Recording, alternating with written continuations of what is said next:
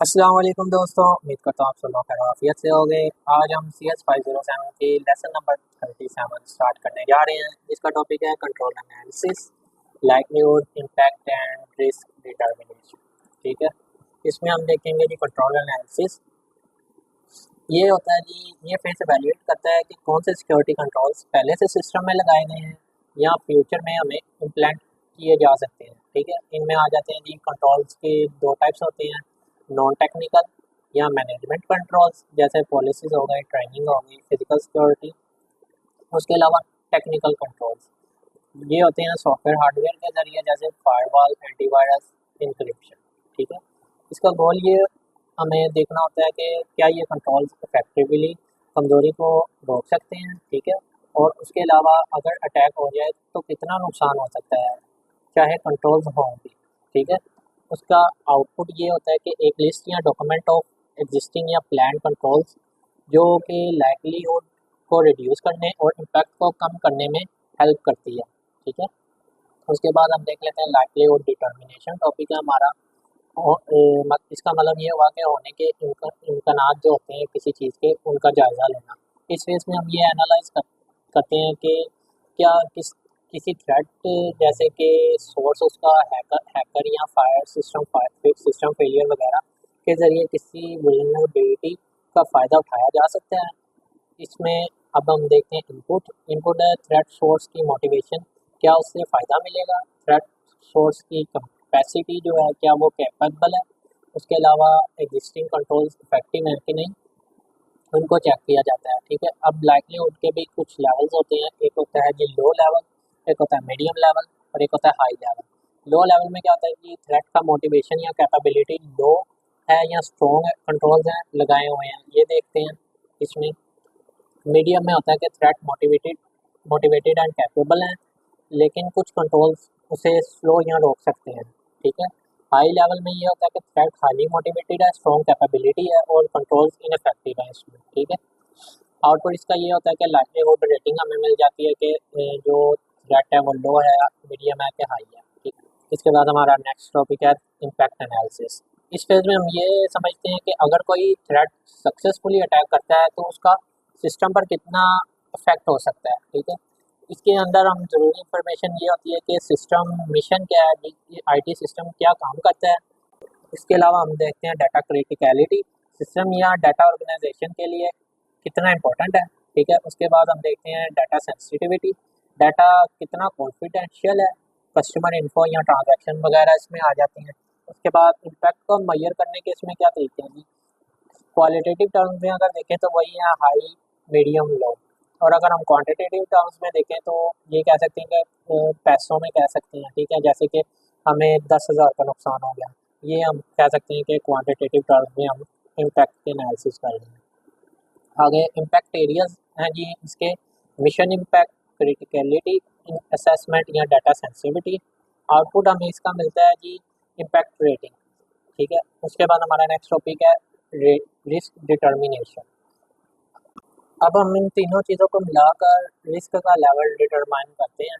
हम इसको ऐसे भी कह सकते हैं कि रिस्क का अंदाज़ा इस बात पर होता है कि किस चीज़ के होने के चांस कितना है और उसका असर कितना बड़ा हो सकता है। यानी कि जितना ज़्यादा चांस हो किसी चीज़ के होने का, उतना ही ज़्यादा नुकसान हो सकता है। ठीक है, उतना रिस्क होता है। ठीक है, इसको हम ऐसे भी कह सकते हैं risk is equals to likelihood multiply by impact. ठीक है, रिस्क असेसमेंट का गोल होता है कि पता चले हमें कि क्या पॉसिबिलिटी है कि थ्रेट को एक्सप्लॉइट करें, अगर एक्सप्लॉइट होती है तो नुकसान कितना होगा। ठीक है, एग्जिस्टिंग कंट्रोल्स कितने इफेक्टिव हैं। ठीक है, उसके बाद हम देख लेते हैं रिस्क लेवल्स को। जैसे हम देख चुके हैं ऑर्गेनाइजेशन अपनी मर्जी से जो होते हैं वो अपने रिस्क लेवल्स डिफाइन करते हैं। ठीक है, अगर तो फॉर एग्जांपल देख लेते हैं कि अगर हम कॉस्ट में देख रहे हैं क्वांटिटेटिव वे से, तो हम ये कह सकते हैं कि अगर कंपनी ने एक एग्जांपल में किया हुआ है कि जी लो लो में उसने रखा हुआ है 1000 से कम अगर हुआ है तो उसका मतलब कि नुकसान तो वो होगा लो लेवल, और अगर 1000 से एक रेंज 5000 तक हुआ है तो वो मीडियम में आ जाएगा। ठीक है, और अगर उससे ज़्यादा हुआ है 5000 से तो वो हाई रिस्क में आ जाएगा। ठीक है, उसके अलावा एग्जांपल एक और है, ये आप देख लीजिएगा। आउटपुट रिस्क की वैल्यू और उसका लेवल जो है जी हाई, मीडियम, लो डिसाइड होता है जो मैनेजमेंट को डिसीजन मेकिंग में बाद में हेल्प करता है। ठीक है, उसके बाद हम देख लेते हैं जी कंट्रोल रिकमेंडेशन, रिस्क में करने का तरीका जिसे हम कह सकते हैं। इस फेज में हम उन कंट्रोल्स की रिकमेंडेशंस दी जाती हैं जो कि ऑर्गेनाइजेशन के और इन्वायरमेंट के मुताबिक रिस्क को कम कर सकते हैं या ख़त्म कर सकते हैं। ठीक है, कंट्रोल रिकमेंडेशन जो है वो इक्वल्स होते हैं जी रिस्क माइटिगेशन प्लान के।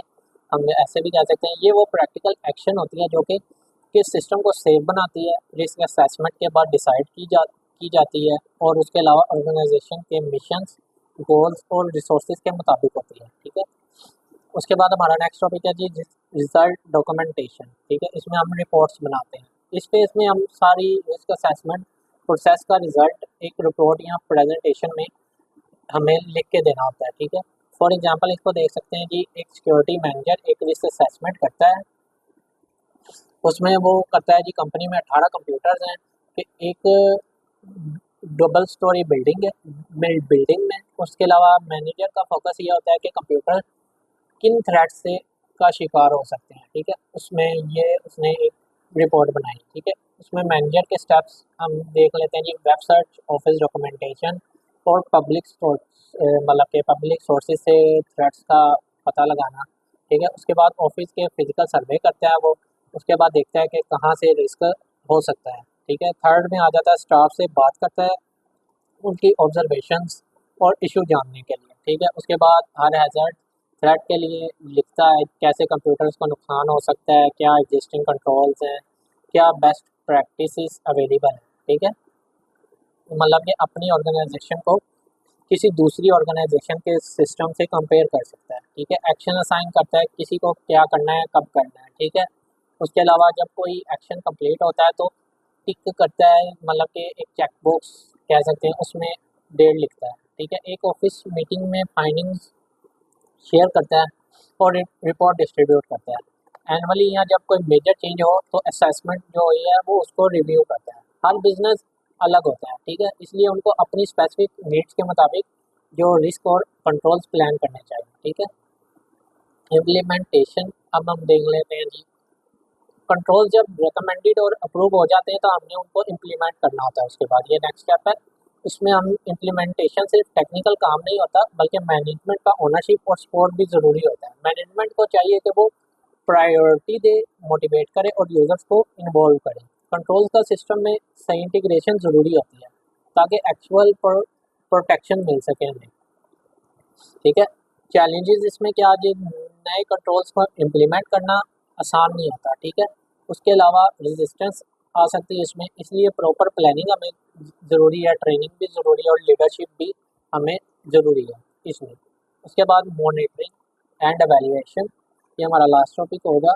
इसमें हम देखते हैं जी कंट्रोल इम्प्लीमेंट हो जाने के बाद, ठीक है, उनकी इफेक्टिवनेस को हम मॉनिटर करते हैं। देखा इसमें ये, और इसके अलावा ये देखा जाता है कि कितने थ्रेट्स न्यूट्रलाइज हुए हैं। ठीक है, कौन कौन से थ्रेट जो थे वो प्रॉपर्ली हैंडल नहीं हुए अभी तक, उसके अलावा कौन से थ्रेट सिर्फ आइडेंटिफाई हुए हैं मगर उन पर कोई एक्शन नहीं लिया गया अभी तक। ठीक है, इसका फ़ायदा ये होता है कि मॉनिटरिंग का पता चलता है कि सिस्टम का सिक्योरिटी लेवल क्या है, क्या रिस्क मैनेजमेंट साइकिल को रिपीट करना चाहिए, क्या ये नए कंट्रोल्स ऐड करने की ज़रूरत है। ठीक है, इसी के साथ हमारा लेसन नंबर 37 कंप्लीट होता है। वीडियो अच्छी लगी हो तो चैनल को सब्सक्राइब ज़रूर कीजिएगा ताकि आपको हमारी आने वाली नई सीरीज़ और लेक्चर्स की अपडेट मिलती रहे। शुक्रिया।